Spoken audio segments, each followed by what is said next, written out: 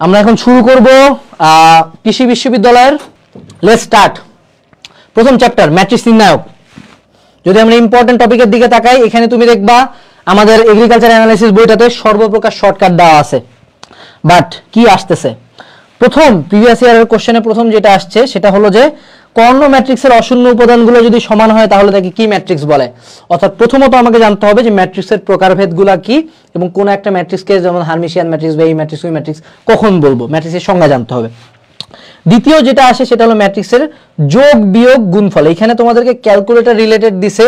কেন দিছে? কারণ হলো আগে আমাদের সময় বাউয়ের জন্য ক্যালকুলেটর ছিল, বাট এখন ক্যালকুলেটর নাই। তো তোমাকে এই যে দুইটা ম্যাট্রিক্সের গুণফল এবং যোগফল নির্ণয়ের ম্যাথ দিবে। কেমনে?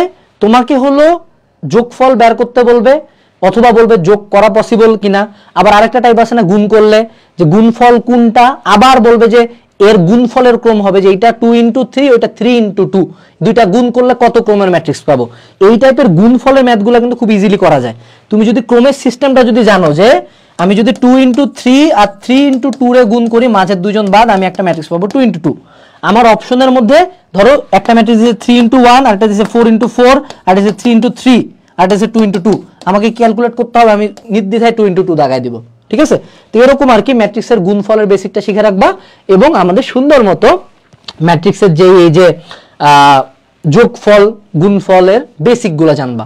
এরপরে সবচেয়ে চমকপ্রদ টপিক যেটা তুমি তোমার লাইফে অনেকবার ফেস করবা, বিপরীত ম্যাট্রিক্স নির্ণয়। এটা তোমাকে 3 into 3 দিবে না, 2 into 2 ম্যাট্রিক্সের বিপরীত নির্ণয়, অর্থাৎ 1 ভাগ AD মাইনাস BC আবার DA minus B minus C। এই শর্টকাট আমার মানে মোটামুটি ফার্স্ট ইয়ার থেকে মুখস্থ ছিল, এখনো মুখস্থ আছে। ওকে, আচ্ছা। এরপরে আমরা যেই পার্টটাতে একটু যদি কোশ্চেন দেখি, cos θ sin θ minus sin θ minus cos θ এর বিপরীত ম্যাট্রিক্স কি? এইটা যদি এ হয় তাহলে এ ইনভার্স কত, এইটা ডিটারমিনেন্ট কত, প্রিভিয়াস ইয়ার বেসিক কোশ্চেনস। ঠিক আছে? তারপরে আবার কি কোশ্চেন আসছে যে এইটা ইজ ইকুয়াল টু 0 হলে x এর মান কত। এবার দেখো এখন যেটা বলছে যে ম্যাট্রিক্সের সমতা রিলেটেড কোশ্চেন আসতে পারে, যে যেমন a square plus b square, এখানে হলো 5 6 a square minus b square equals to যদি এত হয় তাহলে a আর b এর মান কত। মাঝে মধ্যে তোমাকে সমতা দিতে পারে অথবা বিপরীত ম্যাট্রিক্স। সো এই চ্যাপ্টারটাকে যদি আমরা সামারাইজ করতে চাই, আমরা ম্যাট্রিক্স থেকে কি কি পড়বো? আচ্ছা, নির্ণায়কের মান নির্ণয় রিলেটেড কোনো কিছু আমরা পড়বো না। নির্ণায়কের মান রিলেটেড যেগুলো হলো বারবার বিভিন্ন ভার্সিটিতে আসছে, যে এই নির্ণায়কটির মান শূন্য হলে আলফার মান কত, অনেকবার অনেক ভার্সিটিতে আসছে। আবার অনেক সময় কিছু বিখ্যাত প্রমাণ আমাদের বইয়ে দেখবা কিছু কিছু প্রমাণের পাশে সাল লিখতে লিখতে শেষ হয়ে গেছে, ওরকম নির্ণায়কের মান দিতে পারে, বলতে পারে যে এই নির্ণায়কটার মান কত।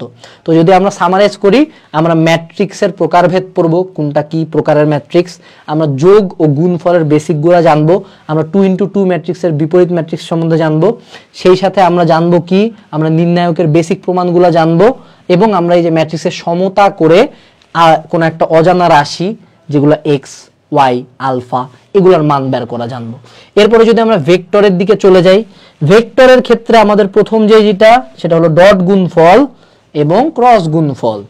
ডট গুণফল ক্রস গুণফলের সাথে কানেক্টেড টপিকগুলা কি কি জানি ভাই, আমি একটু যদি তোমাকে বলে দিই, আমাকে বিগত বছরের কোশ্চেন দেখতে হবে না। 1 হলো লম্ব, 2 হলো সমান্তরাল। সমান্তরাল কি তুই এখনো ক্রস গুণফল দিয়ে বের করিস রে? এই যে একটা আছে না, a1 ভাগ b1, a2 ভাগ b2, c1 ভাগ c2, এই যে সূত্র, এই সূত্রটা যে সমান্তরালের ক্ষেত্রে সহগের অনুপাত সমান এই দিয়ে করবা, ক্রস গুণফল করতে যাবা না।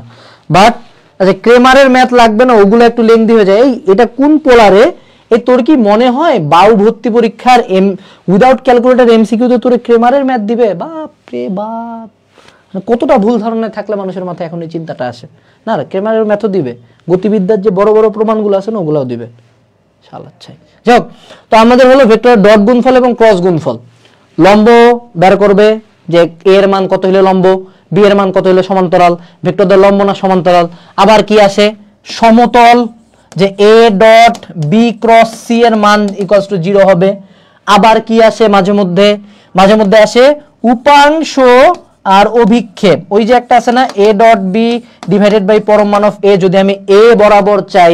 আর একটা আছে না, A dot B divided by পরম মান অফ বি, যদি আমরা বি বরাবর চাই, তাই না? তো এই জিনিসগুলা আমাদের যেটা করতে হবে, এই বেসিক যদি আমরা ডট গুণফল ক্রস গুণফল পারি, এবং আমি আবারও উল্লেখ করতেছি কোন শালা যাতে ম্যাথের মূল বই হাতেও নিবা না।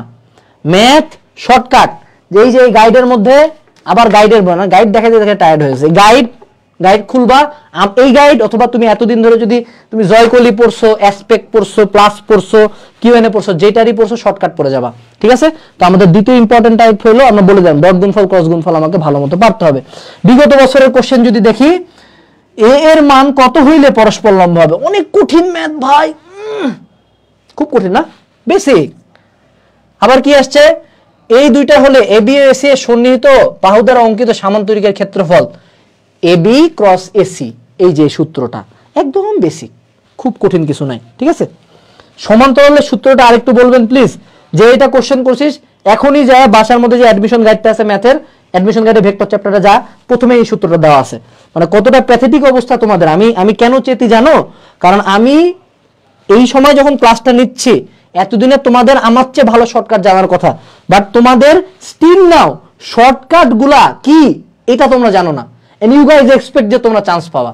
3 মাস ধরে করছোটা কি ভাই, করছোটা কি? আচ্ছা আনাস চিল। আচ্ছা ঠিক আছে, পরবর্তী পার্ট ভেক্টরের উপাংশ অভিক্ষেপ নিয়ে আগেই বলে দিছি, ভেক্টর চ্যাপ্টার শেষ। তো তাহলে কি, ডট গুণফল, ক্রস গুণফল, লম্ব, সমান্তরাল, ক্ষেত্রফল, আর কিছু থাকলো, উপাংশ, অভিক্ষেপ আর সমতল, বেসিক ম্যাথ। যেমন তোমার একটা ম্যাথ আমি কয়ে দিয়ে একটা প্রশ্ন আসতে পারে, দুটি ভেক্টরের মান যদি সমান হয় এবং তাদের লব্ধির মান যদি আরেকটা ভেক্টরের সমান হয়, তাদের মধ্যবর্তী কোণ কত? এটা কি খুব ক্যালকুলেট করে করবা নাকি? 120 মুখস্থ। তো এরকম বেশ কিছু কোশ্চেন করতে করতে ফাঁপা হয়ে যাবে। এবার চলে আসি আমরা সরল রেখা। সরল রেখার প্রথম টাইপ কার্তেশীয় এবং পোলারের মধ্যে কনভার্সন। তোমার একটা বিন্দু দিবে, বিন্দু দিয়ে কবে যে আমাদের এটা পোলারে কত, অথবা পোলারে দিয়ে কবে এটা কার্তেশীয়তে কত। তো মাঝে মধ্যে কিন্তু বুঝিও, কিন্তু এখানে কিন্তু 40, 45, 90 এর মধ্যে দিবে না, 90 ডিগ্রি কোণের মধ্যে দিবে না। কিন্তু একটা আছে না যে প্লাস 2 পাই দিয়ে করতে হয়, যে থিটার মানে এত হইলে 2 পাই দিতে হয়, নাহলে না দিতে হয়। সো ওই বেসিকটা একটু মাথায় রাখে বস, নাহলে কিন্তু মারা খাবা। প্রিভিয়াস ইয়ারের কোশ্চেন 2, -3 কোন চতুর্ভাগে অবস্থিত? ইস এত কঠিন কোশ্চেন ভাই, ও মাই গড। বিন্দুটির পোলার স্থানাঙ্ক এত, বিন্দুটির কার্তেশীয় স্থানাঙ্ক কত? খুব কঠিন না, খুব ইজি কোশ্চেন।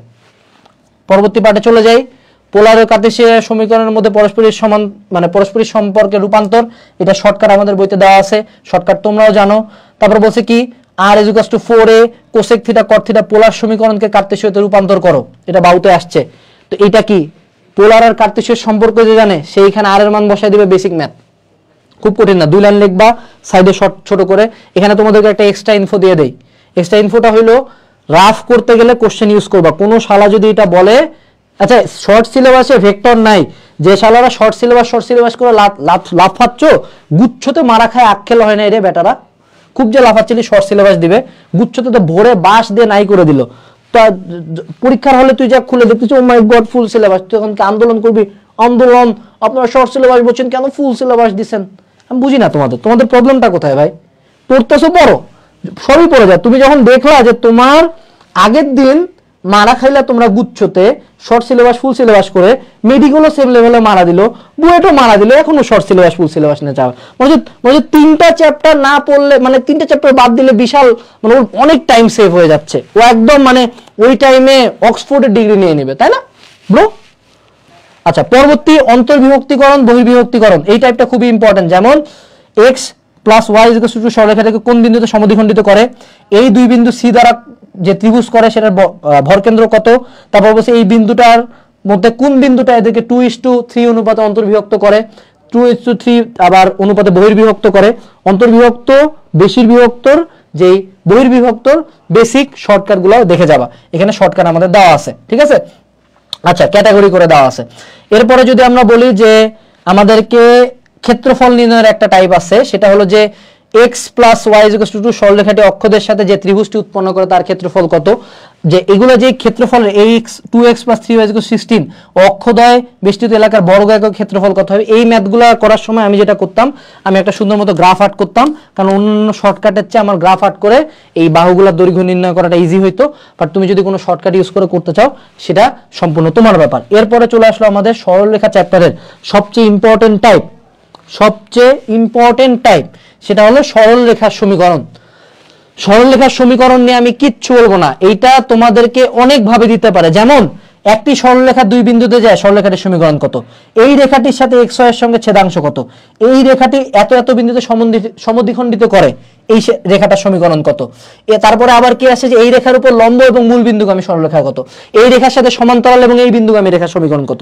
অর্থাৎ সবচেয়ে ইম্পর্টেন্ট যে টাইপটা সেটা হলো যে এই দুইটা কোনো কোনো শর্ত দিয়ে তোমাকে সরলরেখার সমীকরণ নির্ণয় করতে বলতে পারে। আমি পার্সোনালি এটার ক্ষেত্রে যেটা বলি, সরলরেখা, বৃত্ত, কণিক, এই তিনটা চ্যাপ্টারের ক্ষেত্রে একটা জিনিস খুব মেজর প্লেইং ফিল্ড, সেটা হলো option test. Option test, option test. তোমার দুইটা বিন্দু দিছি, তোমার কাছে চারটা অপশন আছে, দুইটা বিন্দুতে বসা দেখো কোন বিন্দুগুলো মিলে। ভাগ্য ভালো থাকলে একটা বিন্দুতে মিলে যাবে। তুমি যদি দেখো যে একটা বিন্দুতে দুইটা রেখা মিলতেছে, তোমার কাছে আরো একটা বিন্দু আছে, আরেকটা বিন্দুতে টেস্ট করবে, একটা মিলবে না, শেষ। তো সরলরেখার ক্ষেত্রে shortcut is okay, shortcut use করা ভালো, বাট যদি তুমি অপশন টেস্ট করতে পারো that is far more better. সরলরেখা গেল, এবার দুটো সরলরেখার মধ্যবর্তী অন্তর্ভুক্ত কোণ, এটার একটা বেসিক সূত্র আছে, theta equal to tan inverse m1 minus m2 divide by 1 plus m1 m2, এটা দিয়ে করলে আমাদের হয়ে যাবে। এর পরবর্তী দুটো সরলরেখা সমান্তরাল হওয়া সত্ত্ব, যে ভেক্টরের সমান্তরাল পারে সে সরলরেখার সমান্তরালও পারবে, এটা খুবই ইজি ব্যাপার, বেসিক শর্টকাট। এর পরবর্তীতে যদি আমরা চলে যাই লম্ব দূরত্ব, লম্ব দূরত্বের সূত্র আছে যে এই বিন্দু থেকে এই রেখার লম্ব দূরত্ব কত, দুটো সরলরেখার মধ্যবর্তী দুইটা সমান্তরাল সরলরেখার মধ্যবর্তী দূরত্ব কত, সূত্রগুলো যে ax1 + by1 + c divide by √a² + b², একটা হলো c1 - c2 √a² + b², অর্থাৎ বেসিক সূত্র, সরলরেখার বেসিক সূত্র রিলেটেড ছোট ছোট ম্যাথ আসবে। এরপর সরলরেখার ঢাল নির্ণয়ের ম্যাথ আসতে পারে। ঢাল নির্ণয় দুই ভাবে হয়, একটা হলো m = -x এর সহগ ডিভাইড বাই y এর সহগ, তারপর তোমাকে দুইটা বিন্দু দিয়ে বলতে পারে যে y2 - y1 divide by x2 - x1, তো ঢাল নির্ণয়ের বেসিক ম্যাথগুলো আসবে। এবার প্রতিবিম্ব নির্ণয় আসতে পারে, কিন্তু প্রতিবিম্ব অতটা ইম্পর্টেন্ট না, বিগত বছরগুলোতে খুব একটা আসে নাই, অনেক আগে সিলেবাসে থাকতো, জাস্ট পড়ে যাইতে পারো। তুমি জাস্ট x অক্ষের সাপেক্ষে আর y অক্ষের সাপেক্ষে পড়িও, কোনো নির্ধারিত রেখার সাপেক্ষে পড়তে যাও না, কারণ এটা ইঞ্জিনিয়ারিং এর টপিক, নট ইওর ভার্সিটি এর টপিক। হ্যাঁ, আচ্ছা ভাইয়া একটু জুম করলে ভালো হইতো, জুম করলে তুমি আমার বইটা কিনবা না, বুঝছো? তোমরা তো সোনার ছেলে, তোমাদের এখানে এমনও সোনার ছেলে আছে, আমি যদি আরেকটু জুম করি, প্রত্যেকটা পৃষ্ঠার বসে বসে স্ক্রিনশট তুলবে, তারপর সেটা একটা গ্রুপের মধ্যে পিডিএফ দিয়ে বলবে এগ্রিকালচারের কমন উপযোগী সাজেশন। আনাস ভাই এখন শিয়ানা হয়ে গেছে, অ্যাকচুয়ালি আনাস ভাই জানে কি করতে হবে। আচ্ছা, সরলরেখা শেষ, এবার চলে আসে বৃত্ত। বৃত্তর যেটা খুব ইম্পর্টেন্ট পার্ট, সেটা হলো যে আমাদের বৃত্তের সমীকরণ নির্ণয়, বৃত্তের ব্যাসার্ধ নির্ণয়। তো বৃত্তের ক্ষেত্রে আমি যেটা বলবো সেটা হলো যে বৃত্তর তুমি বেসিক যেই থিমটা আছে এটা পড়ো, যে বৃত্তের যে ax² + by² + 2gx + 2fy + c, এই যে বেসিক যে ব্যাপারটা আছে, বৃত্তের কখন x অক্ষকে স্পর্শ করলে কোনটা 0 হয়, y অক্ষকে স্পর্শ করলে কোনটা 0 হয়, এই বেসিকটা তোমার ক্লিয়ার থাকবে। দেন বৃত্তর ক্ষেত্রে যে কাজটা করার চেষ্টা করবা, ধরো তোমাকে আমি ব্যাসার্ধের সমীকরণ নির্ণয় করতে বলছি, ধরো তোমাকে একটা বিন্দু দিয়ে আমি একটা বৃত্তের সমীকরণ চাইছি, জ্যামিতির যেই চ্যাপ্টারগুলো আছে, জ্যামিতির চ্যাপ্টারগুলোর ক্ষেত্রে যেটা করবা সেটা হলো আমাদের অপশন টেস্ট। অপশন টেস্ট, যে অপশন টেস্ট করে যদি আমি পার হইতে পারি, আমাকে পুরা ম্যাথ করার দরকার নেই। তো প্রথম হলো যে বৃত্তের গুলাকে অ্যাকচুয়ালি আমাদের কোনো টাইপ ওয়াইজ ভাবে ভাগ হবে না। প্রথম টাইপ হলো সমীকরণ নির্ণয়, দ্বিতীয় টাইপ হলো বৃত্তের বিভিন্ন অ্যাট্রিবিউটস নির্ণয়, কেন্দ্র চাইতে পারে, ব্যাসার্ধ চাইতে পারে, এক্স অক্ষকে কত বিন্দুতে স্পর্শ করবে, ওয়াই অক্ষকে কত বিন্দুতে স্পর্শ করবে, এই রেখাটা বৃত্তকে কোন বিন্দুতে স্পর্শ করবে, এই রেখাটা কি মূল বৃত্তের কেন্দ্রগামী কিনা, এরকম বিভিন্ন প্রকার কোশ্চেন হইতে পারে, বাট এগুলো আমরা অপশন টেস্ট দিয়ে পার হয়ে যাব। অক্ষদ্বয়কে স্পর্শ করার পদ্ধতি, স্পর্শক হওয়ার যে সত্যটা আছে যে y = mx + c, একটা মূল বিন্দুগামী, মূল বিন্দুতে কেন্দ্র এরকম বৃত্তকে কোন শর্তে c এর মান কত হলে স্পর্শ করবে, ওই রিলেটেড একটা ম্যাথ আছে। তারপর বলছে যে x² + y² = 1, এই বৃত্তটির এই বিন্দুতে স্পর্শকের ঢাল কত।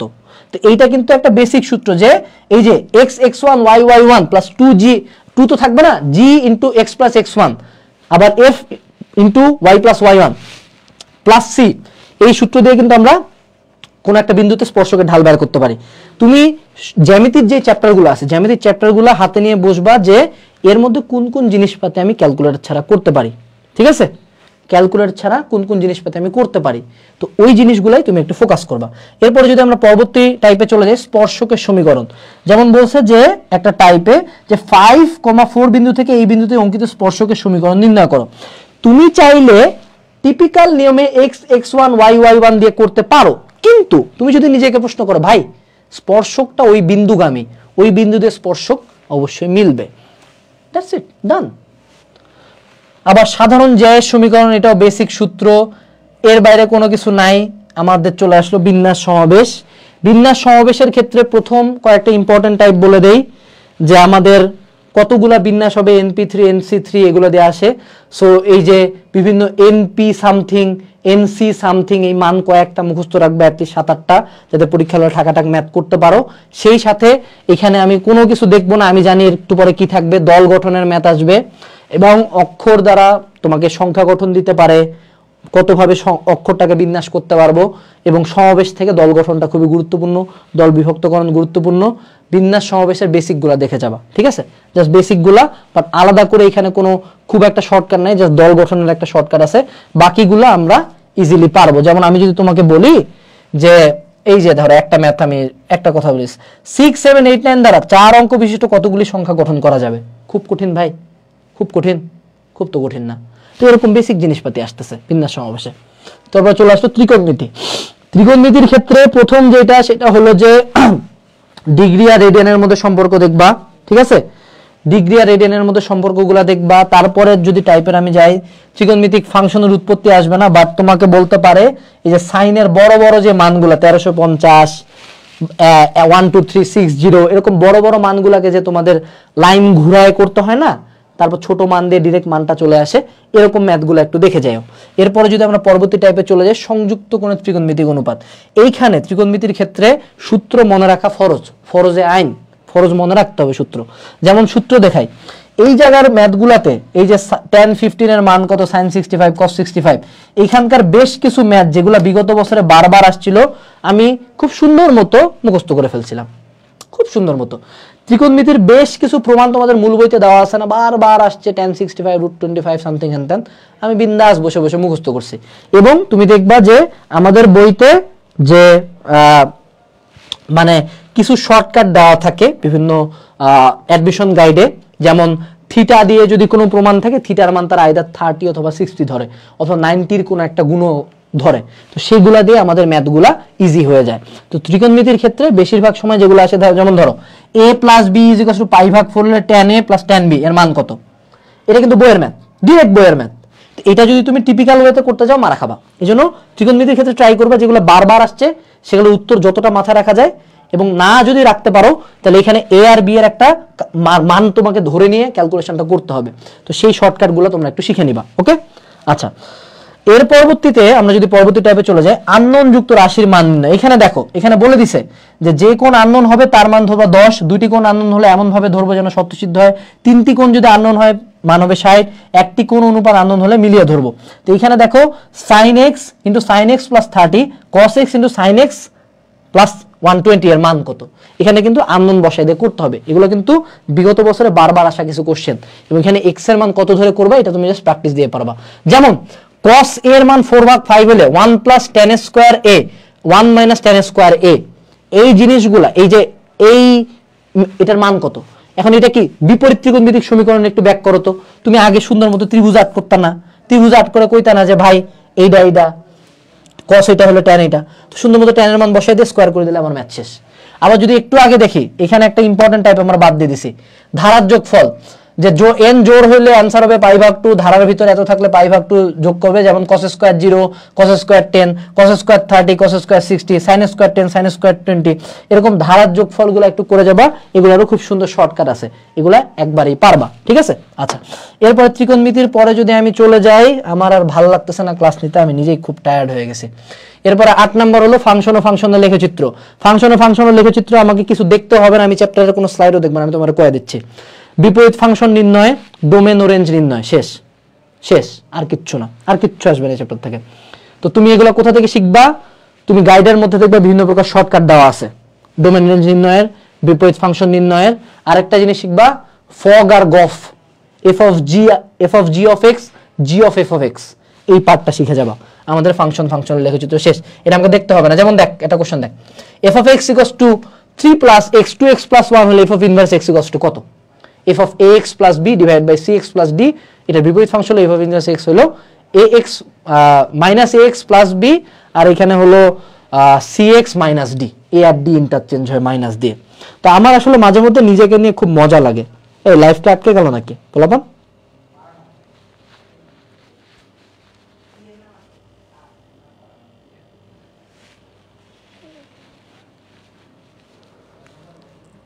আচ্ছা, ও যেটা বলতেছিলাম যে আমার মাঝে মধ্যে একটা জিনিস মজা লাগে, সেটা হলো যে বাকি মানুষজন একটা দুটা সাবজেক্ট পড়ায়, আমি আনাজ দেখি কৃষি নিয়েও কথা বলি, ইঞ্জিনিয়ারিং নিয়েও কথা বলি, মেডিকেল নিয়েও কথা বলি, বায়োলজি পড়াই, ফিজিক্স পড়াই, কেমিস্ট্রি পড়াই, ইঞ্জিনিয়ারিং পড়াই, ভার্সিটি পড়াই।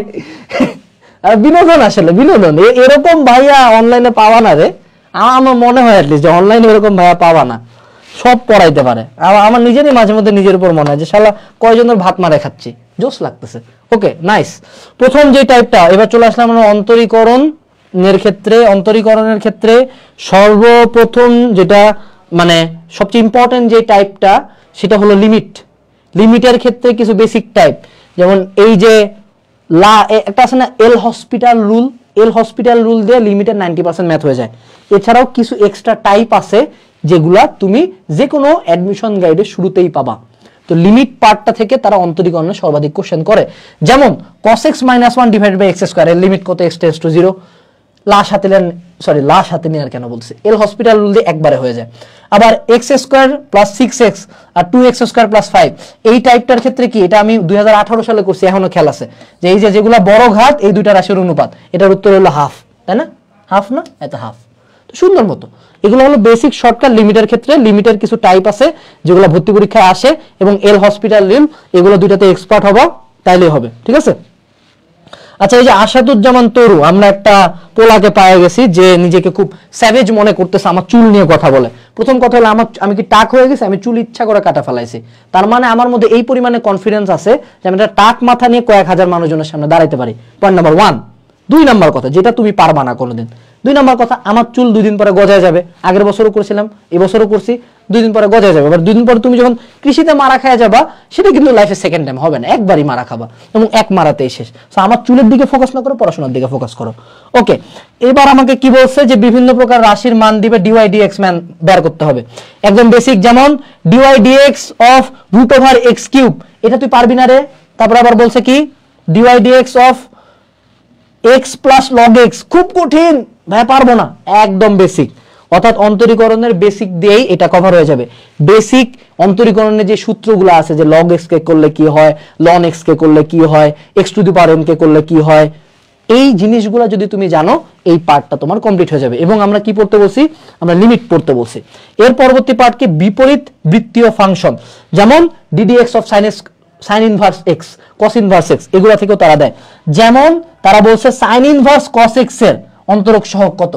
তো এইটা কিন্তু ম্যাথেই আছে যে সাইন ইনভার্স কস এক্স কে কিন্তু কনভার্ট করে নিতে হয় এক্স এ, তারপরে ডিরেক্ট রাশিটার মান চলে আসে।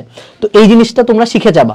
তোমরা বইয়ের মধ্যে যে অন্তরীকরণের কিছু ছোট ছোট ম্যাথ দেওয়া আছে না, দেখবা না অন্তরীকরণের লিমিটের পরে 2টা চ্যাপ্টার মোটামুটি বইয়ের, মানে ওই যে স্পর্শক, ঢাল, চরম মান, গুরুমান বাদ দিয়ে বাকি কিছু বেসিক অন্তরীকরণ আছে, ওই অন্তরীকরণগুলো দেখে যাবা। তোমার যদি এইচএসসি লেভেলের প্রিপারেশন থাকে তুমি পারবা।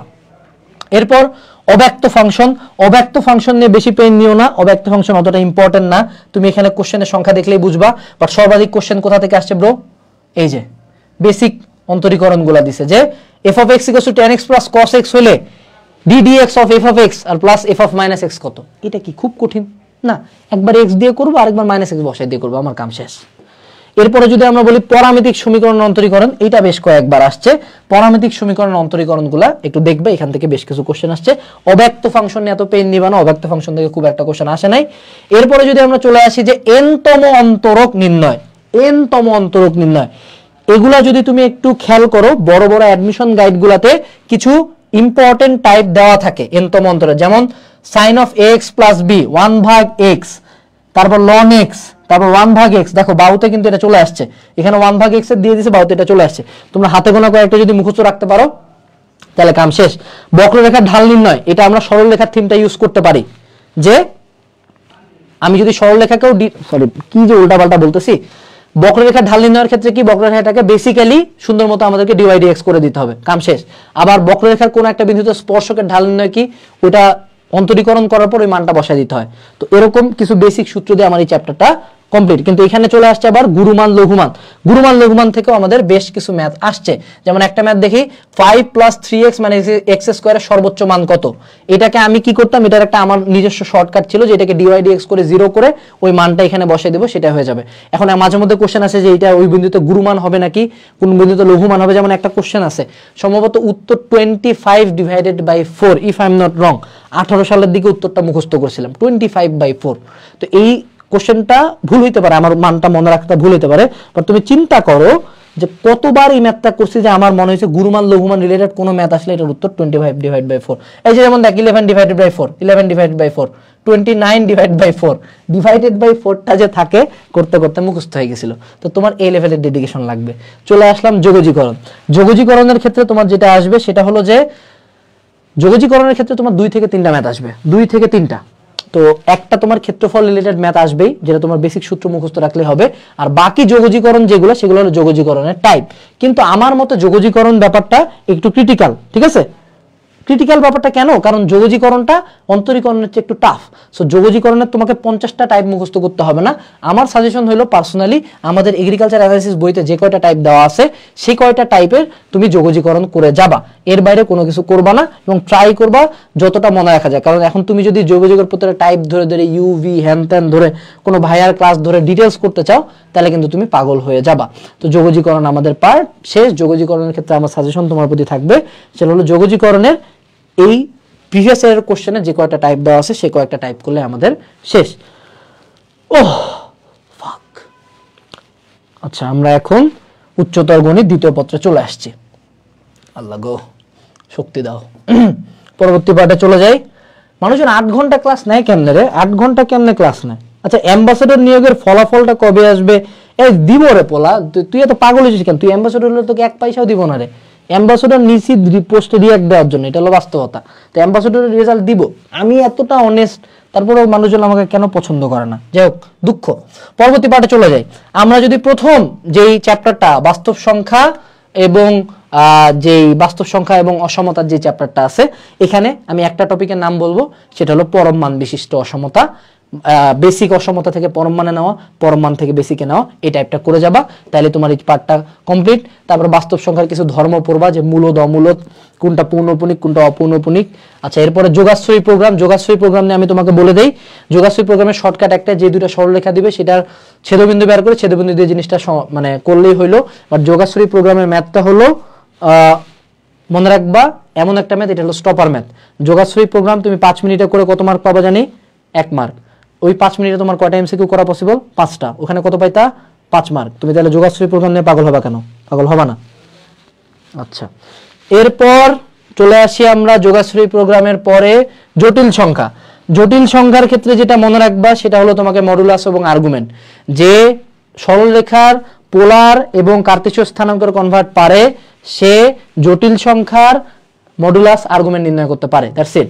এরপরে জটিল সংখ্যা থেকে যেটা পড়বা, এই যে আই এর মান, যে এই যে ভগ্নাংশ আকারে দিলে এটার মডুলাস আর্গুমেন্ট কত, তারপরে I to the power something, I to the power এরকম, আই টু দি পাওয়ার এরকম, এইটাকে যদি আমি জটিলে কনভার্ট করি তাহলে কত হবে মডুলাস আর্গুমেন্ট নির্ণয়ের, সেই জিনিসগুলো তুমি করবা।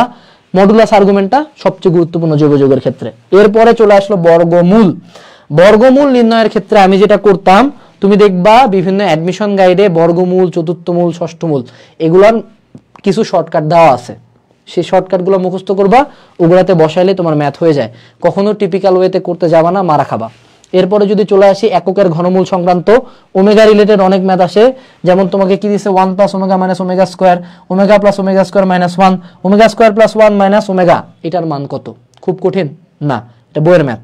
1 + ওমেগা + ওমেগা স্কয়ার = 0 বসাই দিয়ে জাস্ট মানগুলো বসাই দিলে আমার কাজ শেষ। তো ওমেগা রিলেটেড কিছু প্রমাণ মনে রাখবো। এরপর চলে আসি বহুপদী ও বহুপদী সমীকরণের বেসিক জিনিসপাতি। প্রথম যে জিনিসটা আসে যে আমাদের বহুপদী সমীকরণের যে আকারটা আছে আলফা প্লাস বিটা এবং আলফা বিটা, তারপরে এখানে আলফা প্লাস বিটা প্লাস গামার মান কত, আলফা প্লাস বিটা প্লাস ডেল্টার মান কত, alpha beta plus beta gamma plus gamma alpha এটার মান কত, এগুলো আমাকে মাঝে মধ্যে চায়। আবার বলে যে এই জিনিসটার মূল কি, যেমন আমি তোমার একটু করি কয়েকটা উদাহরণ দিই। সি এর মান কত হইলে একটি মূল অপরটির উল্টা হবে, এইটার সমীকরণ একটি মূল 4 হলে এইটার মূলদ্বয় যদি সমান হয় কিউ এর মান কত, এই সমীকরণের মূলদ্বয়ের যোগফল কত, এই সমীকরণের একটি অপরটির বিপরীত হবে কখন, এই সমীকরণে কে এর মান কত যদি একটি মূল অপরটির 3 গুণ হয়। এগুলা কি? এগুলা যে মূলদ্বয়ের মধ্যে সম্পর্ক, মূল এবং সহগের মধ্যে সম্পর্কগুলা ভালো মতো জানে, দ্বিঘাত এবং ত্রিঘাত পর্যন্ত, তার এগুলো নিয়ে কোনো ইস্যু হবে না। এছাড়াও বিগত বছরের কোশ্চেনগুলো বারবার করলে নিজের মাথা থেকে কিছু শর্টকাট আসবে। এখানে আমি তোমাদেরকে একটা কথা বলে দেই, নিজের মাথা থেকে আসা শর্টকাট অনেক বেশি সিগনিফিকেন্ট, অনেক বেশি সিগনিফিকেন্ট। কেন সিগনিফিকেন্ট? কারণ তোমার একটা গাইডের মধ্যে যে শর্টকাটটা দেওয়া আছে সেটা কোনো একজন অন্য মানুষজন বানাইছে, বাট তুমি যদি নিজের শর্টকাটটা বানাও, বা নিজের শর্টকাট বানাইতে হবে প্রতি ক্ষেত্রে এরকম না, তুমি যদি নিজে একটা শর্টকাট ধরে একটা শর্টকাট বানাইছো, ওইটাতে দেখবা তুমি অনেক বেশি ফাস্ট। ঠিক আছে? আচ্ছা, এরপরে যদি আমরা চলে যাই মূল হতে সমীকরণ নির্ণয়, এখানে তোমাকে কিছু আকৃতি দিয়ে দিছে যেখান থেকে সমীকরণটা বের করতে পারবা। তুমি চাইলে এই কয়েকটা মুখস্থ করতে পারো, নাও মুখস্থ করতে পারো, তুমি চাইলে লেংদি প্রসেসেও যাইতে পারো, তোমার ইচ্ছা।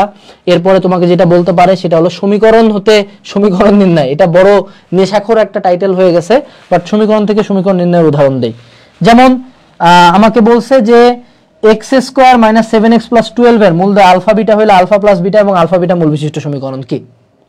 তাহলে আমি প্রথমে আলফার বিটা বের করব, তারপরে এই ম্যাথটা করব। তো এখানে কি একটা সমীকরণ থেকে আরেকটা সমীকরণে যাচ্ছি না? সো টাইপের নাম আসলে এটা দেওয়া ছাড়া কোনো উপায় ছিল না। বাট সমীকরণ থেকে সমীকরণে যাওয়ার ক্ষেত্রেও যেটা মনে রাখবা যে তুমি মূল সহগ সম্পর্ক যদি জানো এবং এই ম্যাথগুলো যদি তাড়াতাড়ি করতে পারো। এই জন্য আমি তোমাকে একটা কথা বলি, যেমন এমন একটি সমীকরণ নির্ণয় করো যার মূলদ্বয় এই সমীকরণের মূলদ্বয়ের বিপরীত চিহ্ন বিশিষ্ট। তা আমি কি করতাম, এটার সমাধান বের করতাম, তারপর এইগুলোর সমাধান দিয়ে বসায় দেখতাম যে আমার মাইনাস বসাইলে সমীকরণটা মিলে কিনা। অর্থাৎ আমি ট্রাই করতাম ম্যাথের ক্ষেত্রে যে কোনো কিছুকে অপশন টেস্টের দিকে নিয়ে যাওয়ার জন্য। অপশন টেস্টের দিকে নিয়ে গেলে আমার জন্য ইজি হয়ে যাবে। এবার ত্রিঘাত সমীকরণ, ত্রিঘাত জাতীয় রাশির সমস্যা বলি। এইখানে তোমার আমি যেটা দেখছি এক পার্সোনালি বহুপদী সমীকরণ যে চ্যাপ্টারটা আছে, এই চ্যাপ্টারের ক্ষেত্রে বইয়ের যে ম্যাথগুলো আছে না, তারা ওগুলাই ডিরেক্ট আমাকে আমার হলো পরীক্ষার হলে দিয়ে দেয়। এখন অনেক ক্ষেত্রে এই ম্যাথগুলো আমি চাইলেও অনেকগুলো বড় বড় ম্যাথ পারবো না, কিন্তু কি ম্যাথ পারবো? যেমন X cube minus P X square plus Q X minus R, এই সমীকরণের মূলগুলির যোগফল কত? এটা কি পারবা না? এটা কি মূল সহগ সমীকরণ, মূল সহগ সম্পর্ক দিয়ে কি ডিরেক্টলি পারা যায় না? তো ইজি ব্যাপার। কিন্তু একটা জিনিস বুঝো যে তোমাকে কিন্তু সব পারতে হচ্ছে না, তোমাকে কিছু সার্টেন টাইপে ফোকাস করতে হচ্ছে, কিছু সার্টেন টাইপের শর্টকাট একদম জিভ বাড়াগায় রাখবা, তাইলেই হবে। এরপর চলে আসি দ্বিপদী বিস্তৃতি। দ্বিপদী বিস্তৃতিতে আমি তোমাকে যদি মানে ডিরেক্ট বলে দেই যে কি আসবে, এক্স বর্জিত পদের মান মধ্যপদ, এই দুইটা মাস্ট বি, মানে দ্বিপদী বিস্তৃতিতে যদি একখান কোশ্চেন আসে এই দুইটা দিয়ে দিবে। তো এক্স বর্জিত পদের মানটা পড়ে যাবে, শর্টকাটটা ভালো মতো পড়ে যাবে, এবং আমাদের মধ্যপদের যেগুলা, যে এইটার বিস্তৃতি এর সহগ কত, ওর সহগ কত, হ্যানের সহগ কত, ত্যানের সহগ কত, এটার খুব সুন্দর গোছানো সূত্র আছে। মধ্যপদ নির্ণয়েরও এক্স বর্জিত পদেরও সূত্র আছে। মধ্যপদ এবং সার্টেন একটা রাশির সহগ কত, এই দুইটা যদি পড়ে যাও তোমার দ্বিপদী বিস্তৃতি শেষ। চলে আসলো কণিক। কণিকের ক্ষেত্রে আমি একটা কথাই বলবো, কণিকের সূত্র যে পারে তারে কণিক আটকানো সম্ভব না। কণিকের তোমাকে সূত্র দিয়ে বলবে এইটার দৈর্ঘ্য কত, এই বিন্দুটা কি, ওই বিন্দুটা কি। সো মোটামুটি 4 প্রকার কণিকেরই সূত্র দেখে যাবা। সাধারণত অধিবৃত্ত থেকে আসে না, সাধারণত পরাবৃত্ত এবং উপবৃত্ত তাদের খুব বেশি পছন্দের। তো এই দুইটা জিনিসপাতি খুব ভালো মতো দেখে যাবো। কণিকের ক্ষেত্রে আমরা কোনো টাইপ আলোচনা করলাম না, কারণ আলটিমেটলি যে কণিকের সূত্র পারবে তার জন্য সবকিছু ইজি। এখানে প্রত্যেকটা ম্যাথ যা আসছে, যা এমসিকিউ, সব সূত্র দিয়ে হয়ে যায়। এবং কণিকের ক্ষেত্রেও ট্রাই করবা, জ্যামিতিক চ্যাপ্টার যেহেতু, এমসিকিউ এ যদি তুমি কোনো একটা বিন্দু বসাই দিয়ে টেস্ট করতে পারো, that's fur more better than any shortcut. এরপরে চলে আসে আমরা বিপরীত ত্রিকোণমিতিক সমীকরণ। প্রথমে হলো ইনভার্স ত্রিকোণমিতিক রাশির মান সমূহ বলতে, অর্থাৎ তোমাকে একটা সাইনের মান দিছে, সাইন ইনভার্সের মান দিছে, কস ইনভার্স বের করো। এবং বইয়ের মধ্যে কিছু প্রমাণ আছে না, sign inverse cos, cos inverse x equals to কত, ওখান থেকে উত্তরের মাঝে মধ্যে ডিরেক্ট এক্স চলে আসে, কাটাকাটি যায়। তো তুমি যদি বইয়ের প্রমাণগুলো তুমি যদি একটা যে কোনো গাইড থেকে শর্টকাট দেখো, তাহলে তোমার হয়ে যাবে। যেমন দেখ, tan cot inverse sin cosec inverse 1/√x এর মান কত? দেখ, sin x cos cube x f of pi plus x এর মান কত? cosec sin inverse x plus cos inverse x এর মান কত? sin inverse x plus cos inverse x এর মান কত? sin square cos inverse 1/3 cos square sin inverse 1/√3 এর মান কত? এখানে তোমাকে এটাকে সাইন ইনটু একটা সূত্র আছে না রে বাবা, কোন টাইপটা বোঝাচ্ছি, এই যে sign inverse x equals to কি এক্স লিখি না, আমি হয়তো বা ভুলে গেছি, বাট এরকম একটা সূত্র আছে না যে কাটাকাটি যায়, কাটাকাটি তো যায় না হিসাবে প্রমাণ করা যায় আর কি। তো ওই টাইপগুলো একটু করে যাবা, এগুলা সুন্দর মতো জাস্ট ঠাক ঠাক করে ত্রিভুজাত করবা। এখানে ধরো 5, এখানে ধরো 4, এখানে অধিভুজে যা আসে এটা আমরা সুন্দর মতো বসাই দিয়ে একটা আরেকটার মধ্যে কনভার্ট করে ফেলবো, বুঝছো? আমি কিন্তু তোমাকে কোনো শর্টকাট করাচ্ছি না। কেন করাচ্ছি না? কারণ 2 দিন পরে আমি লাইভ ক্লাস করাবো, তো লাইভ ক্লাসগুলো অবভিয়াসলি টাকা দিয়ে করবে। এখন শর্টকাট করালে তো তুমি আর ভর্তি হবে না, I know that very well. আচ্ছা, পরবর্তী পার্ট, ত্রিকোণমিতিক ইনভার্স সমীকরণের সমাধান।